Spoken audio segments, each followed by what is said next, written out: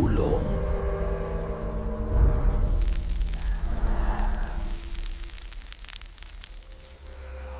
Ako si Carlo, 22 years old. Call center agent ako noon sa isang bagong BPO company sa Makati. Na-assign ako sa graveyard shift. Typical na trabaho ng isang taong gustong kumita ng malaki kahit kapalit ang tulog at kalusugan. Bago pa lang ang kumpanya, kaya proud na proud ang management. Modern daw at edgy. Ibang-iba sa lahat. Kaya imbes na i-skip ang 13th floor tulad ng ibang buildings, ginamit talaga nila. Sabi ng admin namin, architecture is math, superstition is for the weak. Nung una, naniwala kami.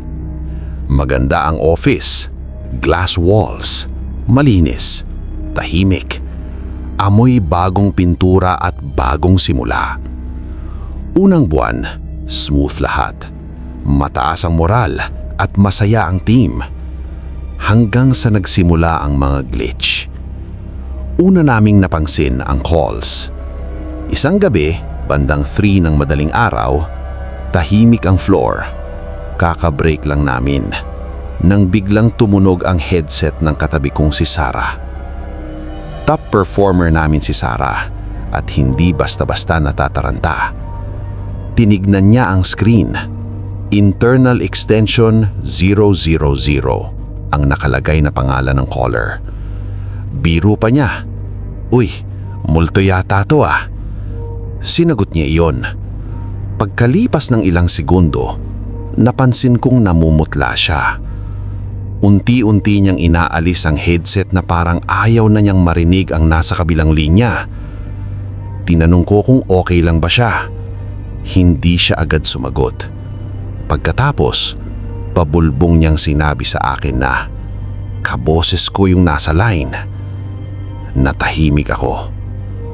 Sabi niya, narinig niya ang sarili niyang boses na umiiyak, hinihingal at nagmamakaawa habang sinasabi sa kanya ang mga katagang huwag mong sasagutin yung tawag, parating na siya.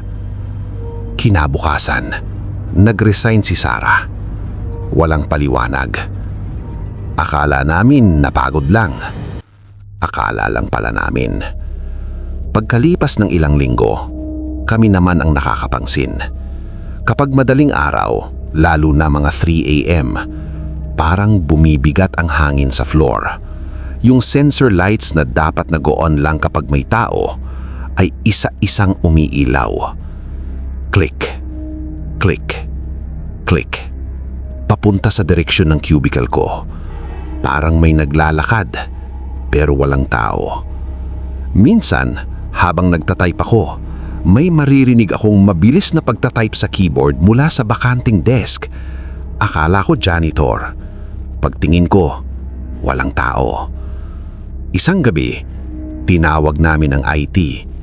Chinek nila ang isang PC na kusa raw nag-on. Pagtingin sa monitor, paulit-ulit na nakatype ang isang sentence. Still logged in, still logged in, still logged in. Parang may gustong ipaalala ang system o may ayaw mag-log out. Doon na rin nagsimulang magbago si Sir Mike, ang manager namin. Dati siyang joker, palangiti. Pero simula nang lumipat kami sa floor 13, lagi na lang siyang nasa opisina niya. Isang gabi, nadaanan ko siya.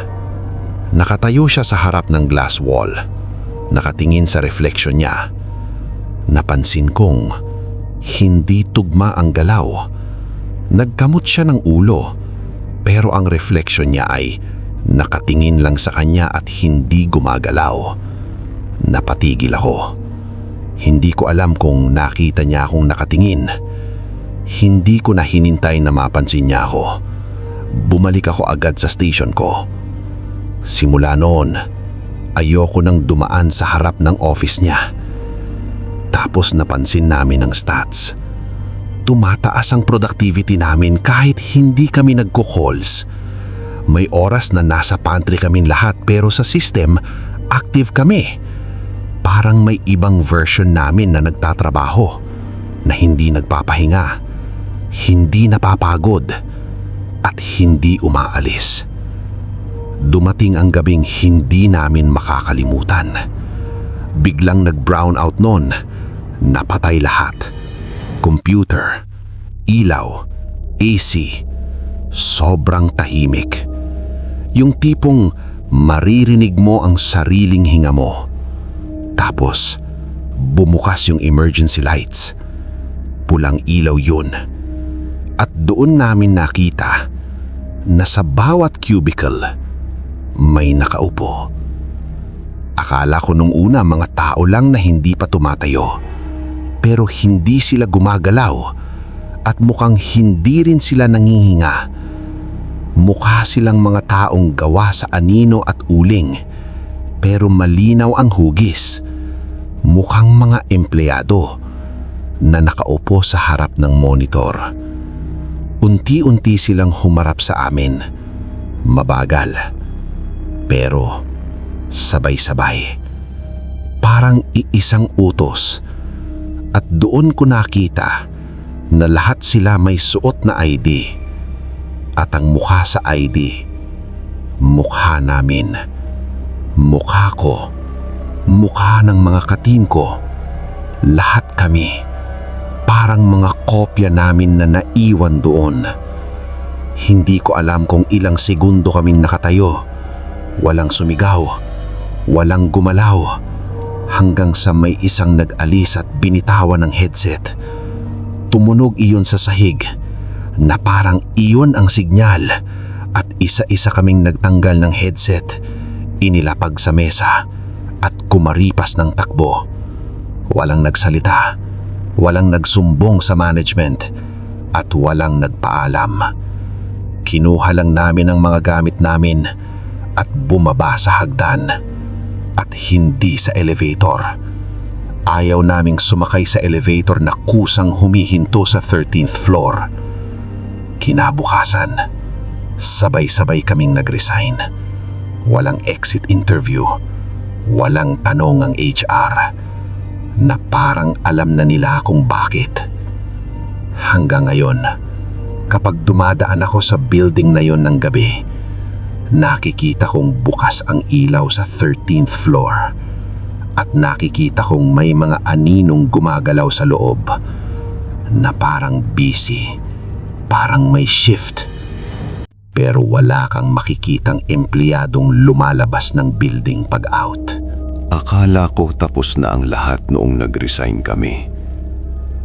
Akala ko nakaalis na kami. Pero mali pala ako. 3 buwan matapos kaming umalis, may nag-message sa akin sa Facebook. Hindi ko siya kilala. Bagong account yun. Walang profile picture. At ang message lang, "Kuya, nagtrabaho ka ba dati sa 13th floor ng blank building?" Kinabahan ako. Hindi ko agad sinagot. Pero may kasunod pa. "Pasensya na. Nakuha ko kasi yung pangalan mo sa lumang logbook.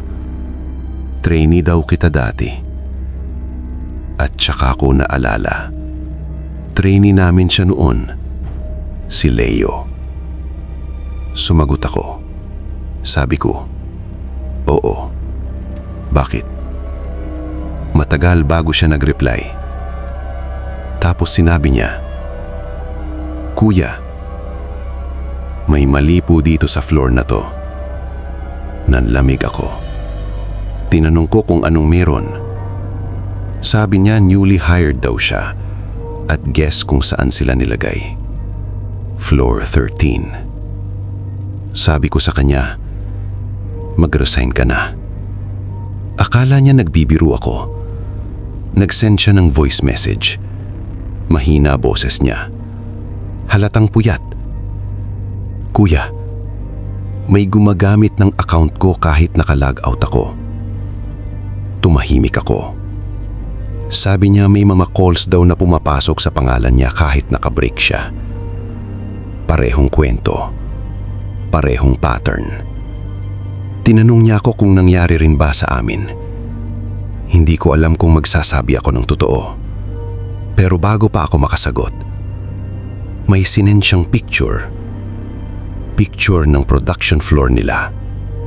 Tahimik at halos walang tao. Pero sa dulo ng row, may isang empleyadong nakaupo. Malabo-labo ang kuha, pero kilala ko ang porma. Lumang uniform, lumang headset, lumang ID lace. Parehong style ng suot namin noon. Sabi ko, "Sino yan?" Reply niya agad, "Wala pong tao dyan nung kinunan ko yan." After noon, hindi na ako nakatulog ng maayos. Kinabukasan nag-message ulit siya. Sabi niya may bagong rule daw sa kanila. Bawal nang magstay mag-isa sa floor 13 pagsapit ng 3 a.m. Bawal matulog sa break room. At bawal daw mag-open ng lumang lockers. Tinanong niya kung bakit. Pero hindi raw sinasabi ng management. Pero may guard daw na nagsabi sa kanya. May mga empleyado kasing ayaw umuwi. Hindi na ako nagulat. At isang gabi, tumawag siya sa akin. Biglaan at walang chat. Pagkasagot ko, bumulong agad siya. "Kuya, may nakita ako." Mahina ang boses niya. Halos pabulong. At sinabing nasa CR daw siya noon. Paglabas niya, akala niya wala ng tao sa floor. Tahimik noon. At patay ang kalahati ng ilaw. Pero may narinig siyang sabay-sabay na pagtatype. Parang 10 keyboard. Mabilis, na parang galit. Paglingon niya sa production area, may mga nakaupo sa cubicles, mga empleyado. Akala niya night shift, pero kaka-out lang daw ng lahat. Lumapit siya ng dahan-dahan, at doon niya nakita ang mga empleyadong hindi gumagalaw ang katawan at yung mga daliri lang sa keyboard ang gumagalaw. Paulit-ulit ang tinatype. Iisang linya, iisang salita. Still logged in. Still logged in. Still logged in. Tapos sabay-sabay silang tumigil at dahan-dahang lumingon sa kanya. Hindi niya raw makita ang mga muka. Madilim kasi, pero ramdam niyang lahat nakatingin. Tumakbo siya at hindi na siya bumalik sa station niya. Akala ko hanggang doon lang, pero may huli pa siyang sinabi. Noong huling shift niya, tinawag daw siya ng supervisor. Pinapunta sa isang bakanteng station. May naka-open daw na account. Name niya iyon. Active sa call at running a timer. Kahit hindi naman siya naka-login. Sabi ng supervisor, system error lang. Pero habang nakatingin siya sa monitor, may narinig siyang mahinang boses. Galing sa unit headset, parang mahinang paghinga. Tapos boses.